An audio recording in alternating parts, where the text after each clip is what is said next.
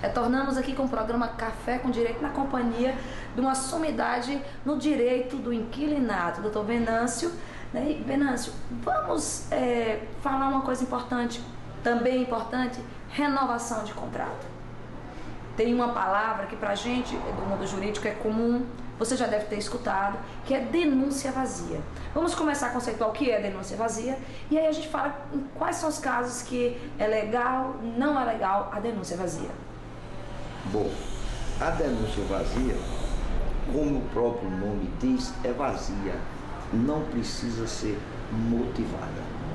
Agora, sob as disposições da lei do inquilinato, só é cabível a denúncia vazia, ou seja, o pedido de retomada daquele determinado imóvel, sem precisar motivar, dizer o porquê da retomada, só se aplica às locações com o prazo de 30 meses.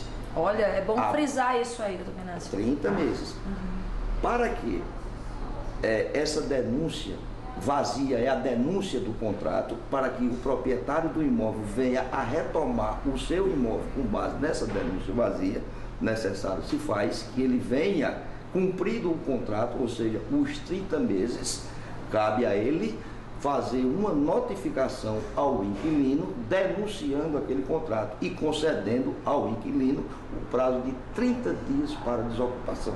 Se dentro desses 30 dias não for desocupado o imóvel de forma voluntária, aí sim o proprietário do imóvel, o locador, com respaldo na lei do inquilinato, ele está apto a ingressar em juízo com uma ação de despejo para a retomada do imóvel.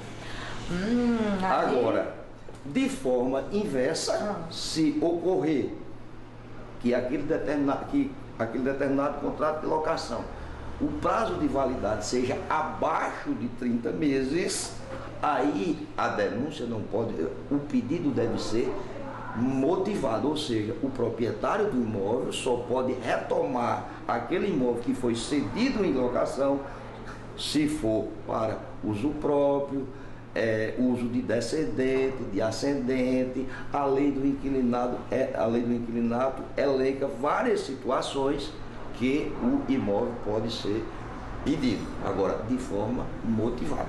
Então quer dizer que, como é a sua especialidade, está acostumado, o senhor indica então para os contratos de locação, que seria mais interessante para ambas as partes, o contrato firmado anualmente, ou você já recomenda que os contratos busquem um tempo mínimo dos 30 meses? Geralmente, no ramo imobiliário se utiliza os 30 meses. Por quê?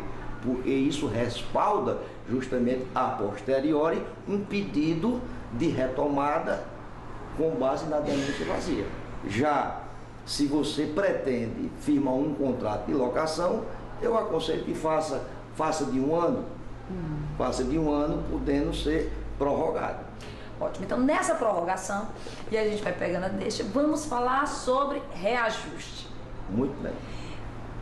Qual é o limite para esse reajuste? Qual é o índice? Que a gente vive mudando de índice no Brasil, tem índice para tudo, mas qual é o índice aplicado para os contratos de locação? Existe obrigatoriedade, pode ser acordado, né? Em que situação, por exemplo, o inquilino ou proprietário pode simplesmente dizer, não, eu não alugo mais, só alugo se for dobrar o valor do aluguel. Como é que essa relação ela fica protegida desses absurdos? É bom que se diga que geralmente se utiliza dois índices como forma de reajuste de contrato de locação: o INPC e o IGPDI. Agora, nada impede que seja estipulado outro índice. De maneira alguma existe, até porque a forma de contratação depende de um consenso, de um acordo entre as partes. De forma que, na verdade, o índice geralmente o utilizado é esse que eu acabei de lhe dizer: o IGPDI e o INPC. Agora, quando conclui um contrato de locação, vamos supor que você venha a celebrar um contrato de locação de um ano. Terminado esse contrato de locação, terminado o prazo de vigência desse desse prazo da locação, vamos supor que você pague R$2.000 de aluguel. Simplesmente o proprietário do imóvel chegue a dizer assim, não, eu não quero mais 2, eu quero 4. E aí? Você se depara com uma situação difícil. Senão eu não renovo o contrato, por exemplo. Exatamente. Mas o que é que você tem ao seu dispor? A própria lei do inquilinato, ela fala da prorrogação legal. O que é a prorrogação legal? É justamente quando o contrato de locação, ele termina o prazo estabelecido no contrato e o inquilino permanece por mais de 30 dias no imóvel sem oposição do locador. Dessa maneira, o contrato se torna prorrogado e por tempo indeterminado. Se você se depara com uma situação desta natureza, o que você deve fazer? Na qualidade de locatário, na qualidade de inquilino, você deve procurar um advogado e fazer o depósito judicial através de uma ação de consignação e pagamento, baseado justamente naquele índice do contrato que você celebrou. Em linhas gerais, essa questão deve ser vista e posta dessa maneira. E o inverso? Vamos trabalhar, eu me lembro isso no início da minha carreira jurídica, eu fiz algumas ações de despejo e tive muita dificuldade, de fato, de tirar o locatário do imóvel. Isso na época, isso há uns 3 anos atrás, antes de eu abraçar com paixão o direito tributário. Como anda essa questão hoje? Qual as custas para o proprietário entrar com uma ação de despejo? E como é que anda a celeridade dessas ações aqui? E a gente trabalha no Judiciário da Paraíba. No início desse nosso bate-papo, eu cheguei a declinar que a reformulação da lei do inquilinato, ela teve um foco, também teve um propósito. Qual foi o propósito? De dar mais agilidade a esse tipo de procedimento jurídico. Tanto é verdade que no artigo 59 se elenca as possibilidades da concessão da liminar, desde que prestado uma caução de 3 meses de aluguel. E isso aí é uma maneira, entendeu, de se dar maior celeridade processual. Nada esquecendo que, manejado uma ação de despejo, um pedido de liminar e prestada a caução, o inquilino ainda pode, mesmo assim, elidir aquela concessão de liminar, pagando o que está sendo objeto de cobrança. Ele pode pagar os aluguéis vencidos, ele pode pagar as custas processuais que foram antecipadas, pagar a verba honorária, faz o depósito judicial e aquela ação simplesmente morre. Mas você não falou, por exemplo, qual é o valor das custas para entrar com a ação judicial de despejo? O valor das custas, a lei do inquilinato, você sabe que toda causa, toda demanda judicial, ela tem um valor da causa. E esse valor da causa, nesse tipo de procedimento, a lei disciplina que são 12 vezes o valor do aluguel. De forma que as custas processuais, elas vão incidir justamente em cima disso. Agora, como é reinante no mundo judiciário do estado da Paraíba, lamentavelmente, a nossa justiça comum é uma das mais caras do Brasil.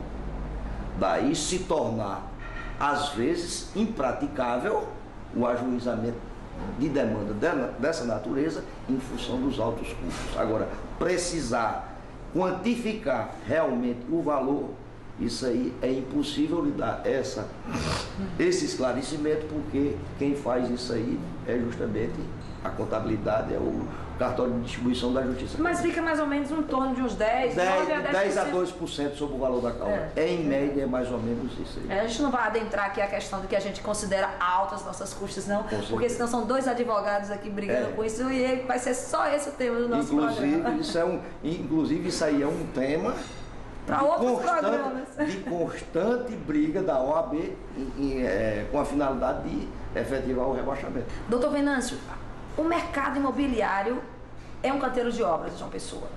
Aí eu me pergunto, mesmo com essas polêmicas que existem no contrato de locação, nessa relação entre proprietário e inquilino, vale a pena ainda você escolher esse investimento, comprar imóveis para locação? Ainda é um bom investimento para a aposentadoria? Na minha ótica, ao meu sentir, o imóvel sempre foi e sempre será um bom investimento. Agora, o que é preciso, o que é necessário é que o proprietário do imóvel, aquela pessoa que investe com esse fim, ele se serve de algumas garantias. E dentre elas, como você é uma colega minha, advogada, você sabe perfeitamente que a advocacia se faz em caráter preventivo. Verdade. Antes que você venha a formalizar um contrato de locação, você procure um advogado, peça para que o seu advogado, aquela pessoa que você conhece, aquela pessoa que você sabe do seu potencial, que ele venha a elaborar um contrato de locação de acordo com aquelas normas, de acordo com aquelas regras estabelecidas na lei do inquilinato. Se você fizer isso, problema sempre existiu e existirá. Agora, o percentual é muito menor. Daí porque na minha concepção, eu ainda acredito que investir em imóveis é uma boa coisa. É isso aí, vocês acabaram de ouvir essa sumidade no direito do inquilinato. Venâncio, muito obrigada, Venâncio, pela sua participação. É um tema necessário, maior esclarecimento, e a gente tem esse objetivo aqui no programa Café com Direito. Seja sempre bem-vindo ao programa Café com Direito e muito obrigada pela sua participação. Eu agradeço mais uma vez, iniciei a minha fala externando a minha alegria, o meu contentamento e a minha satisfação, e agora no final deste programa eu renovo tudo aquilo que eu disse. Muito obrigado, fique com Deus e parabéns pelo programa. Muito obrigada. E vocês vão ficar agora com a dica jurídica. A nossa dica da semana é interessante. Chama-se Bacenjude. Você sabe o que significa o Bacenjude? Sabe o que é bloqueio online? Às vezes nos chamam de penhora online, mas bloqueio online.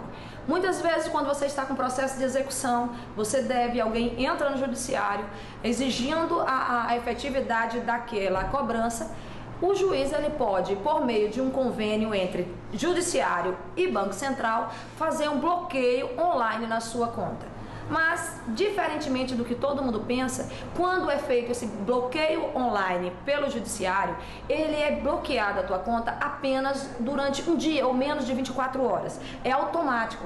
O Banco Central emite a ordem para todos os bancos, ele vai informar um ofício para o juiz, informando qual é o valor que tem na tua conta naquele dia, e irá bloquear o valor do crédito. Se você tinha saldo, vai bloquear o valor total, não pode ultrapassar o valor total do crédito. Se você não tinha, o Banco Central informa ao judiciário que você ou não tinha conta naquele banco ou ele estava zerado. Isso não significa que a tua conta, a partir desse bloqueio, vai estar bloqueado ad eterno. Será necessário, em outro momento, um novo bloqueio. Então, se você teve um bloqueio, fique tranquilo que a tua conta vai ficar liberada. E fique atento para no caso de uma execução fiscal, porque hoje é uma das melhores ferramentas que o judiciário tem para efetivar o crédito que você deve a terceiros. É isso aí, o programa Café com Direito vai ficando por aqui essa semana com mais essa dica e esse tema maravilhoso que foi o direito do inquilinato. E na próxima semana vamos falar sobre previdenciário. Nos aguarde, até a próxima semana.